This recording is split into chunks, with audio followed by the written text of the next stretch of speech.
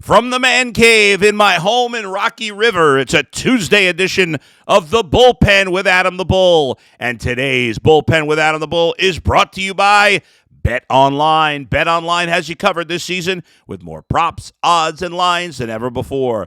Bet Online, where the game starts. Folks, we are 9 weeks away from the start of the football season. In fact, we're actually technically less than that. It was 9 weeks from this past Sunday is when that's the first Sunday. We're even less than that, right? 8 weeks from this Thursday, the NFL regular season gets underway. And as we know in this town, it's all about the football. Baseball's phenomenal, basketball's sensational, but football is where it's at. And the NFL season and the Cleveland Browns season will get started in less than 9 weeks. And in less than 9 weeks on a Sunday, they will play the Carolina Panthers on the road. We will talk about Baker Mayfield. We will talk about Lamar Jackson. But when we first come back, we're going to talk about, of course, Deshaun Watson. That's next, right here. It's the Bullpen with Adam the Bull.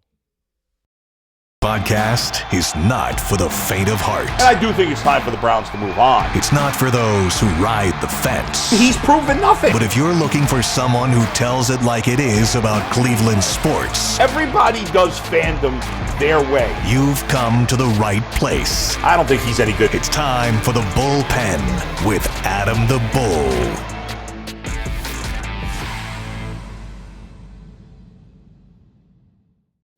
Yes, indeed. Yes, indeed. Here I am on a Tuesday, and a lot to talk about today, and we're going to spend most of today's podcast talking about what else but quarterbacks in the National Football League. We begin with the latest on Deshaun Watson. Josina Anderson, who was recently on our show, the Ultimate Cleveland Sports Show, had some interesting tweets yesterday. They came out right after a couple hours after I recorded the podcast yesterday, so I didn't get a chance to talk about it on yesterday's podcast, which is why I wanted to get to it today.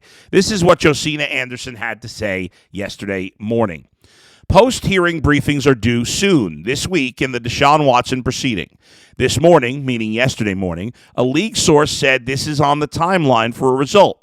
We're still looking at a few weeks before we get a decision. It may or may not be before camp. Sue Robinson will take her time. I'm told there are only 4 women currently at issue in the Deshaun Watson proceeding.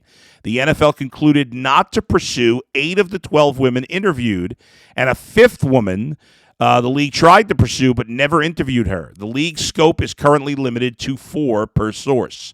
League source on the threshold of proof expected to be applied by Sue Robinson in review of the Deshaun Watson case. Quote, the NFL has the burden of proof, and it is by the preponderance of evidence, and there is no dispute about that. There is precedent and case law that establishes this. Preponderance of the evidence is one type of evidentiary standard used in a burden of proof analysis. Under this standard, burden of proof is met when the party with the burden convinces the fact finder, Judge Robinson, that there is a greater than 50% chance that the claim is true. That from Cornell Law. One other thing that Josina Anderson said, I think it was this morning, yes, or last night, might have been late last night.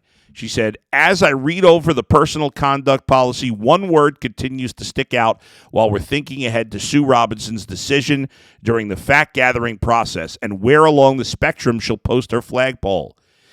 She doesn't tell you the word. She wants you to guess it, and I don't know what the word is, but it's fascinating. She seems very plugged in, as she is with a lot of things in the NFL, and I think there's a number of things out of her tweets that really stand out to me.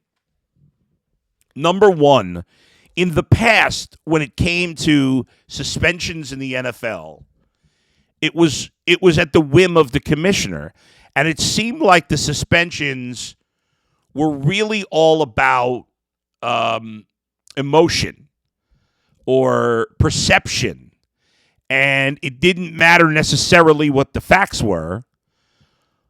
It was, here's what, it felt like every suspension was based on what the public wanted or how long can we suspend this player that we won't get any backlash from it.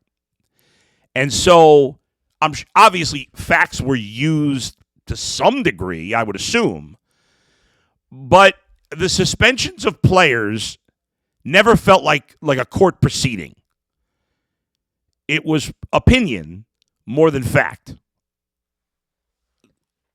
and emotion more than evidence when it came to suspending players in the past. And with all the complaints and the decision to have Judge Sue Robinson be a part of this process, I think I know I didn't really realize she is treating this as a true court proceeding.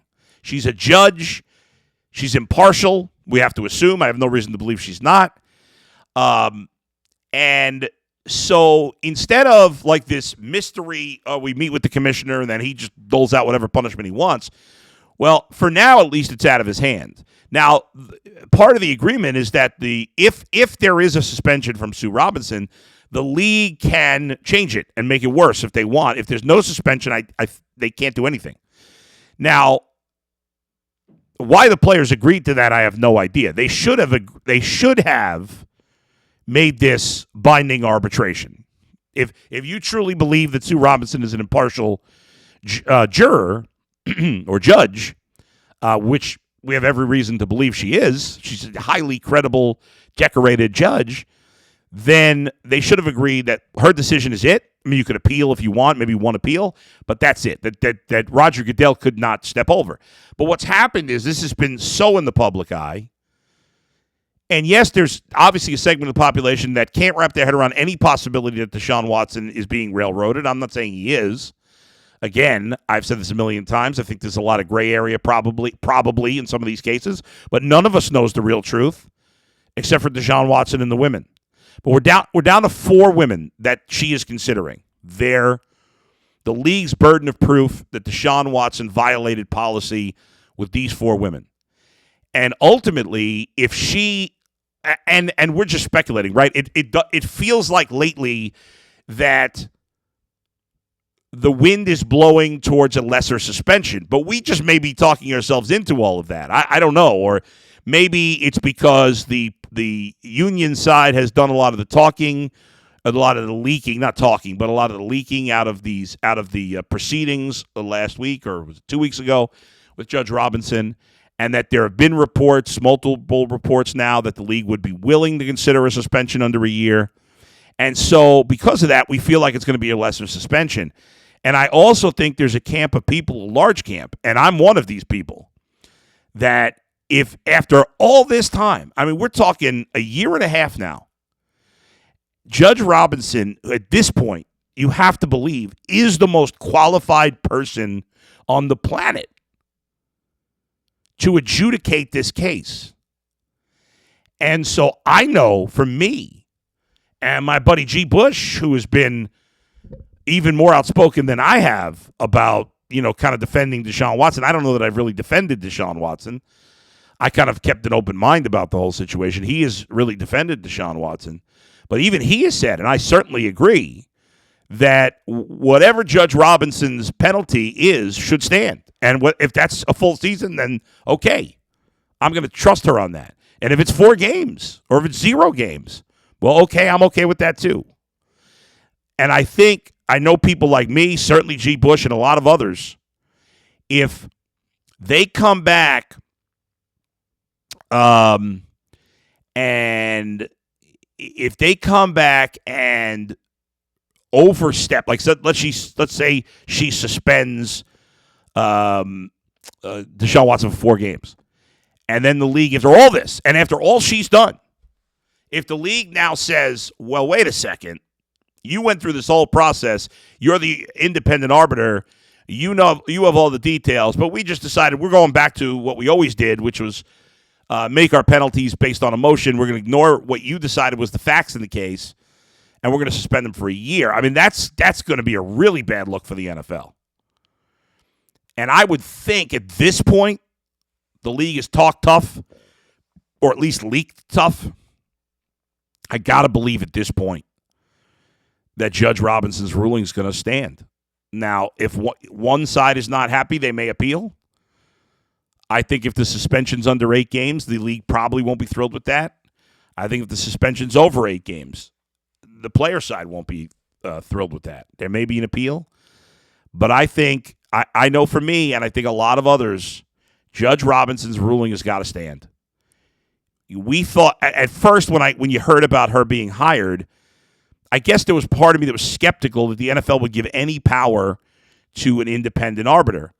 But after seeing how seriously she's obviously taking this, the time spent here, the fact that she has treated this like a court proceeding, you heard Josina Anderson reference law. Like this is, a lot of times in these cases we say, well, there's no innocent until proven guilty. It's not a court of law. Well, technically it's not a court of law either, but she is treating it that way. And so I think the rest of us have to also. If she's going to bring it up to that standard, then we need to also. And we can't make our decisions based on emotions. I'm an emotional guy. I'm a reactionary guy. When you hear about anything like this, your first reaction, in my case, has always been, oh, boy, bad guy. And maybe Deshaun Watson is. I don't believe he's a complete choir boy here and completely innocent. But what can you prove? What information do you have? What did he actually do? That's a big difference from some of the stuff that's being thrown around haphazardly in the public. And so now we wait. And, yeah, it's frustrating for us selfishly because we want Deshaun Watson to play. At the very least, we want to know when you just want it to be over. You want to know what's going to happen. When it's up in the air, that's stressful. It's stressful for the Browns. It's stressful for Watson. It's stressful for the women. And selfishly, and less importantly, it's really only matters for the women and Watson, although I don't even know, I don't know if the women care about how many games he gets suspended or not. I don't know about that. But for him, it's stressful, and he's involved. For the rest of us, it's just selfish. We want, which is, okay, that's what you, as a sports fan, you're selfish. That's what we are. We want our team to win. We want them to have success. We want Deshaun Watson to play. Well, for most of us, whether he's a good guy or a bad guy, you want him to play. And you want to know. You want it to be settled. Even if it's going to be long, at least we know it. At least it's over with. But Judge Robinson is not working on our timeline. A lot of us was, they're dragging it out. How long do they need? Well, she's taking the time she needs. She is treating this as seriously as it should be treated. The rest of us just want it over. She is clearly taking her time to learn every bit of information she can to make a ruling that is appropriate in this case. And so I think no matter what it is, I'm going to have no beef with what she says. Now, maybe I'll be a hypocrite when it happens, but I don't think so. I think she deserves the benefit of the doubt in this situation. And how long it takes, we all assumed that it would happen before training camp. But Judge Robinson is not working on the NFL calendar. She's working by her calendar. She's not even looking at the calendar, I don't think. She's going to make a decision when she is most qualified and most ready to make that decision. Not because it's convenient for us to have this over, not because it's convenient for the Browns to have it over, or Deshaun Watson, or whoever. When she's ready to properly rule, she will. And that's that. All right, folks, got to talk to you about BetOnline. BetOnline.net, your number one source for all your betting needs and sports info. The latest sports developments, whatever you need, any sport. Right now it's baseball. BetOnline.net, the fastest and easiest way to check in on all your favorite sports and events, including golf, boxing, MMA. Head to the website today, as I and so many others have, or use your mobile device to learn more about the trends and the action. BetOnline, where the game starts. Quick break, and we'll come back. When we come back, I got to talk about Baker Mayfield and Lamar Jackson right here, the bullpen with Adam the Bull. All right. So, obviously, I've talked a lot about Baker Mayfield, but as he officially goes to Carolina now, and the Browns will play him in less than 9 weeks. They'll play against his team. Will he definitely be the starter? I guess we don't know for sure. I'll be surprised if he's not starting week 1. I think he's the best quarterback on the Panthers. I don't think they would have traded for him if they weren't expecting him to start. I guess if he's a disaster in training camp or having a hard time picking up the playbook, I guess it's possible he won't start week 1. But at this point, I'd say if he's healthy, I would say 90%. 95% that Baker Mayfield is the week one starter for the Carolina Panthers. And, a year ago, who could have possibly imagined that Baker Mayfield would be the starter for the Carolina Panthers against the Browns in week one, and that the Browns would be trying to end this insane drought of week one non-wins because they did have a tie a few years ago against the Steelers. They haven't won an opener in forever, and wouldn't it be ironic if they got that first win in decades against Baker Mayfield and the Carolina Panthers? That would be fascinating. Here's the thing about Baker. Baker is, as he goes, and I've been honest that I'm not one of these people. I'm rooting for him to do well. I'm not. Again, I'm not rooting for injury or anything bad happened to him personally, or any sickness or illness or anything like that. But but I don't care if he succeeds or not. In fact, I don't really want him to do well. I can't tell you exactly why. Maybe that makes me mean. I don't know, but I've promised you honesty, if nothing else, and that's it. So I'm going to share my honest feelings. Now, here's the thing about Baker Mayfield. When you look at his game, and for the people that still have this obsession with him, and I get it. I do get it, right? I understand he won you your first playoff game in forever. That's meaningful, but it's not enough. It's not enough. Now, again, when you've been so down for so long, any taste of success makes you want more and be scared to change. And I do think our fans in this town are scared of change when there's any success. We're afraid of rocking the boat because there's been so much failure. I get that. I really do. However, if you objectively look over the 4 years of Baker Mayfield, that certainly had some highs. I'm not denying that. There were moments where he looked really good. The second half of the 2020 season, he played very well. At times in his rookie season, he played very well. The problem is when you look at the whole scope, there's some low lows too. And when I look at 4 years of Baker Mayfield, I look for what he's done well and what he's done not well. Turnovers, the most in the league since coming in 2018. Specifically interceptions, second in the league since 2018. Completion percentage, that was supposed to be his strength coming out of college. He has not been an accurate thrower in the NFL. His completion percentage is amongst the worst of starting quarterbacks over the last 4 years, if you combine it. He's near the bottom quarter. Okay, what about athleticism? Near the bottom. What about physical characteristics, like his height that help you there? Near the bottom. What about clutchness? Does he perform in a big spot, fourth quarter, close game? We know the answer to that one, no. So what do I hang my hat on with Baker Mayfield? A playoff win? Better than all the scrubs they had at quarterback? Made me feel good about my team? I don't know.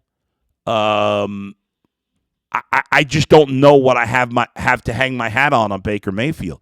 He's got a good, solid arm. Nothing wrong with his arm. He's got, good arm talent. Not elite, but certainly better than average. So he's got good arm talent. But that's it.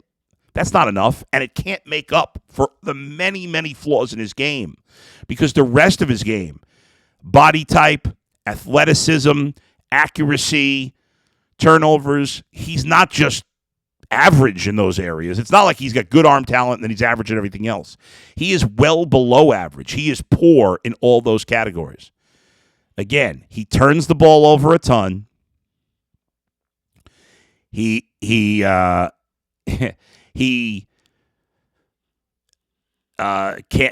accurate. He's not clutch. He's not a good athlete. So why would I hold on to Baker Mayfield?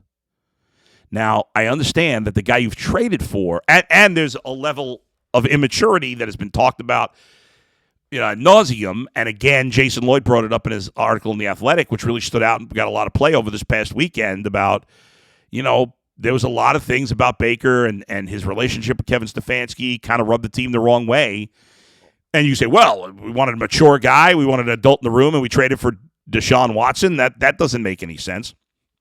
Well, okay, that's fair. I mean, with what's going on with Deshaun Watson, I get it. I think there's a different type of maturity that they're looking for. And I think there's a lot more respect, whatever you think of Deshaun Watson off the field, whatever your opinion of the situation is. On the field, he gets the respect of the players.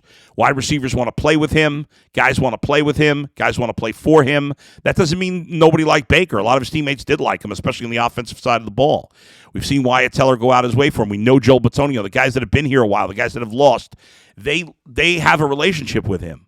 But when Deshaun Watson gets on the field and shows his far superior talent, he does everything better than Baker. And most things he does far better than Baker.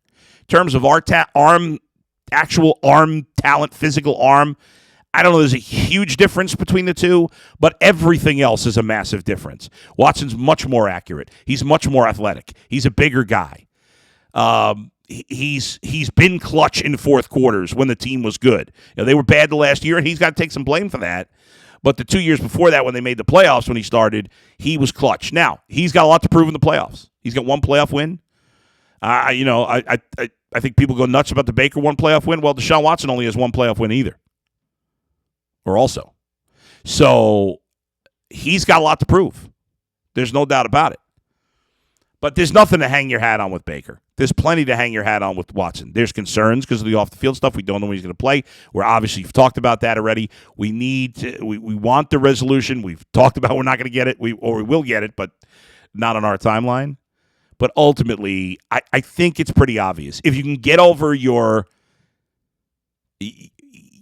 obsession with Baker, and I'm not saying this to rip him or be a mean guy, but it is time to realize the reality that Baker Mayfield is an average quarterback.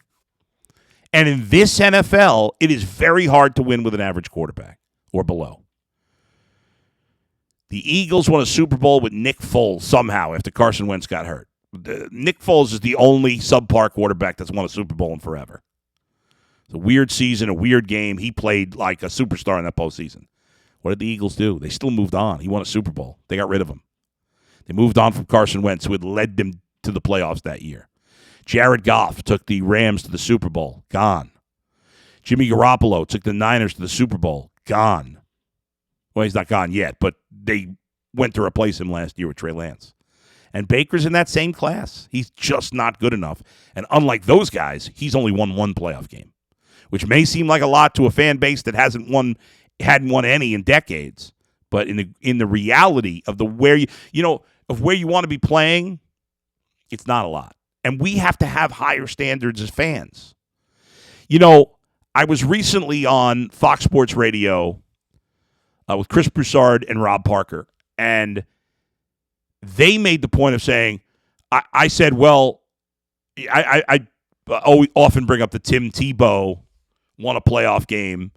If Tim Tebow can win a playoff game, it's one playoff game, right? And one of the guys, I can't remember now who it was. I think it was Rob Parker, said to me, but the Broncos have a history of winning, the Browns don't. And I said, that's the problem that some of our fans have. I think that's a loser mentality. Because the Broncos have won before, they shouldn't be satisfied with one playoff win. But because the Browns have been bad for a long time, their fans and us in the media should be satisfied with one playoff win. The goal in the NFL is to win a Super Bowl. If Deshaun Watson doesn't win a Super Bowl, it's going to be a huge disappointment. Now, I disagree. We've had some arguments with Jay that the trade's a bad trade if they don't win the Super Bowl. I don't necessarily agree with that. But it is your goal is always to win the Super Bowl. Obviously, you folks know I root for the Bengals. And I love Joe Burrow, and he had a tremendous season. And I did in no way thought the Bengals were going to the Super Bowl last year. Even when they made the playoffs and had their great regular season, I didn't think there was any chance they won the Super Bowl. But in the end, was I satisfied with last season? No. It was a great season. I had so much fun watching them with my son in the playoffs. But was I satisfied when they lost the Super Bowl? No. I want the Bengals to win a Super Bowl, and I want the Browns to win a Super Bowl. I know some people don't believe I want both, but I do. And anything less will be disappointing because both teams have the quarterbacks, and really just to focus on the Browns, Deshaun Watson is now a quarterback where the expectation is to win a Super Bowl. With Baker Mayfield, it wasn't. I thought it might be. After 2020, I kind of talked myself into maybe. But now when I look back through 4 years, it was completely unrealistic. Deshaun Watson is the quarterback with the talent to lead you to a Super Bowl. Will he do it? Time will tell. He's got to get on the field first. All right, quick break. Then when I come back, I got to get into another quarterback that I love. We've talked about Deshaun Watson and Baker, quarterbacks for the Browns. I briefly mentioned Joe Burrow there, Bengals. Well, this other quarterback's in the division too. And I kind of got a beef with how everybody's handling his situation. I'll talk about it next, right here, the Bullpen with Adam the Bull. All right. So, obviously, Lamar Jackson is in the final year of his contract. He was drafted the same year as Baker Mayfield. And while with Baker, at this point, there was no discussion about an extension because obviously he's coming off a terrible year and he's not worthy of a big money extension. And if Baker's going to get paid at some point, it's going to be because he turns his career around in Carolina, like he has a big season this year. And then maybe he gets paid, right? Pardon me, you got to watch me scratch my nose a little bit. Lamar, people are, I have heard first of all, like there's a top, NFL executives just voted on a top 10 list of quarterbacks. We're talking about it on today's Ultimate Cleveland Sports Show. And there seem like so many people that are offended that Lamar Jackson is not in the top 10 list. And I've heard a lot of people say, well, he should be ahead of Deshaun Watson or Dak Prescott. I don't agree with that. Now, you could make that argument, I guess, especially because Deshaun Watson hasn't played in a year. But I'll take Deshaun Watson or Dak Prescott over Lamar Jackson. And let me make this very clear. Lamar Jackson, I like not rooting for him to win because I hate the Ravens, but I really like Lamar Jackson. I'm a fan. I love to watch him play. Now, part of it is I've had him in my keeper league fantasy team for his entire career, and so he gets me a lot of fantasy points. But I love to watch him play. He is one of the most fun players in the NFL. He's exciting to watch, and you got to be realistic about that. It's easy to hate the Ravens. It's hard to hate Lamar Jackson. But here's the reality about Lamar Jackson. Since he won his MVP, and he had a tremendous season in 2019 to win the MVP. Lamar Jackson in 2019. 2020, Lamar Jackson was pretty good, but he wasn't great. He wasn't the same player. The turnovers went up. The touchdowns went significantly down. And last year, he was terrible. Okay, he was as bad as Baker. And I didn't give any Browns fans a pass for Baker's injury. I will not give Ravens fans a pass for Lamar Jackson. He played some awful, awful games and wasn't as effective on the ground. And you look at his accuracy has not been good, and it's gone down since his MVP season. He's had a ton of turnovers, and his touchdown to interception ratio last 2 years combined is 2-1. That's not good. So this idea that I've seen so many people on ESPN, especially on ESPN, that are like apoplectic that Lamar Jackson has to get a new contract. First of all, it's got to be a pain in the neck to deal with him because he doesn't have an agent. He, from what's been reported, now I don't know this is true, but he reportedly has been not that open to having conversations. So who knows what's going on with him? I feel like people are like getting offended by the fact that he hasn't signed a long-term deal. If I'm the Ravens, again, I love Lamar Jackson, but I'm not so sure I want to give him a long-term contract. I'd want to see him play it out this year. And if I have to, I franchise him. I would listen, if the Ravens gave Lamar Jackson a long-term multi-million-dollar extension, I wouldn't rip him for it. I don't think it's like really stupid. But I'm not 100% sold that he's going to be a great player for the next 5 years. I'm just not. There's a lot of things about his game that you love and that are fun. I think he's going to be a good quarterback for the next bunch of years, but I don't think he's a top 10 quarterback. I don't. Now he will, if he kind of goes back up to where he was a few years ago, then he would be. And, you got Tom Brady, how much longer can he play, and some other guys. But, like, this idea that he's not in this class of cat. these top quarterbacks that we're talking about in the AFC, the real top of the top, right? Allen and Mahomes and Burrow and Deshaun Watson and who am I forgetting? Oh, and Justin Herbert. Like, he's not as good as those guys. Isn't that obvious? And to put them in, and that doesn't mean he's bad. It's like someone will be like, well, if you don't say he's as good as those guys, you're saying he sucks. I'm not saying he sucks. I'm just saying he's been inconsistent, and he had coming off a terrible year. And this idea that you have to pay him or that it's a slap in the face or an offense if he doesn't make the top 10 is completely ridiculous. Deshaun Watson's a better player than Lamar Jackson. Joe Burrow's a better player than Lamar Jackson. I think that's pretty clear. I think Lamar doesn't mean Lamar Jackson's bad. He's just not as good as those guys. Now, Deshaun Watson didn't play last year. Okay, it's 1 year. I keep hearing people saying he hasn't played in 2 years as if he's missed 2 seasons. He's missed 1 season. 1. That happens. There's injuries. I'm not saying it's ideal. If you want to argue, well, I can't put Deshaun Watson in the top 10 until he plays again. Okay, if that's the angle you want to take, that's fine. But in terms of just pure talent on the field and who's the better quarterback, I don't even think it's that close. Deshaun Watson's clearly the better player and probably will remain the better player. Time will tell. If I'm proven wrong, I'll admit it, but I don't think I will be. And that doesn't mean Lamar Jackson won't prove worthy of a big-time extension. He's a good player. I just don't think he's an elite player. And this idea that people going nuts that he hasn't been paid yet, I just think it's crazy. If I'm the Ravens, I'm sitting on it another year. I'll kick the can down the road. All right, big football. We did a big baseball show on Monday. This is a big football show today. Don't even have time. Guardians got a doubleheader today. We'll talk to little Guardians tomorrow. We get to some other things as well. Hope you've enjoyed today's podcast. Make sure you follow me on Twitter at Adam the Bull. Make sure you watch me on the Ultimate Cleveland Sports Show, streaming live on YouTube weekdays 11 to 1. Make sure you check out my Cameo profile, Adam the Bull. Doing videos. I've made some fun videos for folks so far.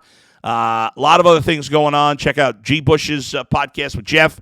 The Locked On Browns podcast. Check that out as well. I'll talk to you tomorrow. Where else but right here in the bullpen with Adam the Bull. See ya.